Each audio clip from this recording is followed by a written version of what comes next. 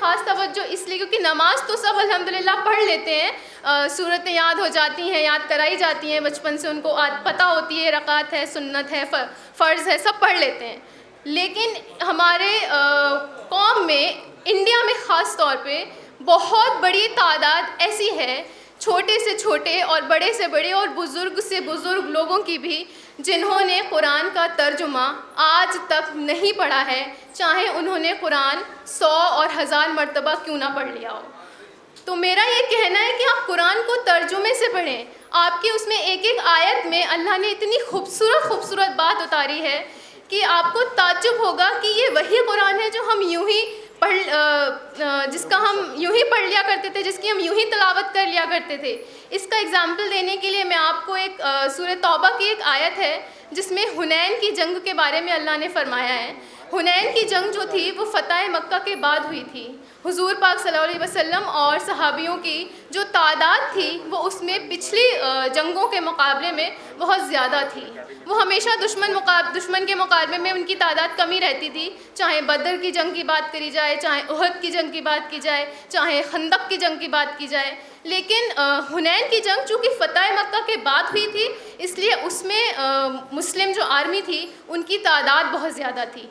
تو جب حنین کی جنگ شروع ہونے والی تھی تو صحابیوں کو اپنی تعداد پہ بہت یقین ہو گیا تھا، بہت بھروسہ ہو گیا تھا، یا پھر انگلش کا ورڈ یوز کروں تو اوور کانفیڈنٹ ہو گیا تھا کہ چونکہ ہماری تعداد آج بہت زیادہ ہے تو ہم یہ جنگ ضرور جیتیں گے. حضور پاک صلی اللہ علیہ وسلم کو یہ بات بہت ناپسند گزری اور اللہ تعالیٰ نے اس کو سورہ توبہ کی ایک آیت میں اتار دیا کہ ان کو اپنی تعداد بہت اچھی لگی. اور اس کے صلے میں کہہ سکتے ہیں، یا اللہ کی جو مرضی ہے اس میں کہہ سکتے ہیں کہ ان کی آدھی جنگ وہ ہار گئے تھے، ان کی اسٹریٹجیز الٹی پڑ گئی تھیں اور وہ آدھی جنگ تک بہت شہید ہوئے لوگ اور وہ آدھی جنگ ہار گئے تھے. آدھی جنگ کے بعد حضور پاک صلی اللہ علیہ وسلم نے سب کو اکٹھا کیا اور ان کو دوبارہ بولا اور دوبارہ جنگ شروع ہوئی تھی اور پھر انہوں نے فتح حاصل کی تھی، پھر وہ دشمنوں پہ غالب آئے تھے. تو اس سے ہمیں سمجھ میں کیا آتا ہے کہ ہمارے نزدیک کوئی ایسی وجہ، انسان یا چیز نہیں ہونا چاہیے جسے ہم اپنی سکسیس کا یا آگے ہونے والے کسی بھی کام کا باعث بنائیں سوائے اللہ کے اور اللہ کے حکموں کے. There should not be any single person, thing or any procedure which we should think is the cause and consequence of our success. Okay? تو اس چیز کا بہت خیال رکھنا ہے. اور سب سے آخر بات میں ایک بات بولنی چاہوں گی کہ یہ سب کرنے کے بعد آپ اللہ کی رضا کے ساتھ، بھرپور محنت کے ساتھ، ایک دم ریگرس محنت کے ساتھ، اور آپ ایک مقام اگر حاصل کر لیتے ہیں تو اس حاصل مقام کے پیچھے آپ کی جو ریزن ہونی چاہیے، آپ کی جو نیت ہونی چاہیے، وہ یہ نہیں ہونی چاہیے کہ ہم بڑے بڑے مکان بنائیں گے، ہم خوب پیسہ اکٹھا کریں گے. کیونکہ یہ نیت کہیں نہ کہیں ہمارے مائنڈ سیٹ میں، چاہے ہم ظاہر نہ کرتے ہوں لیکن ہوتی ہے.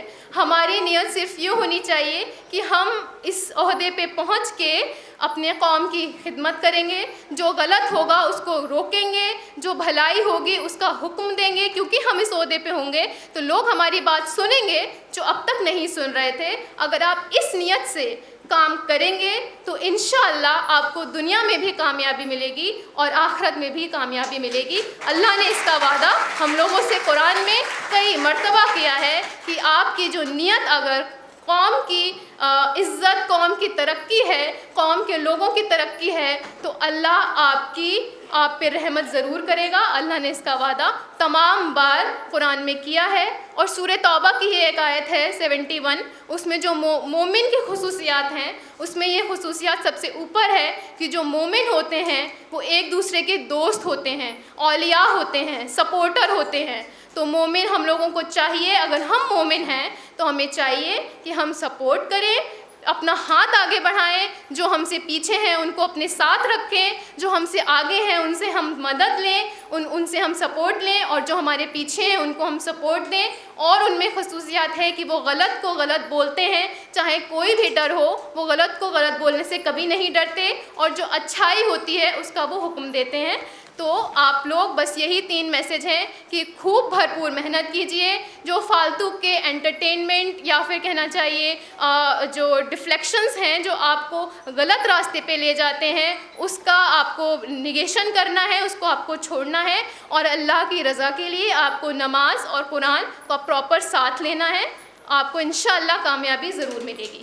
جزاک اللہ.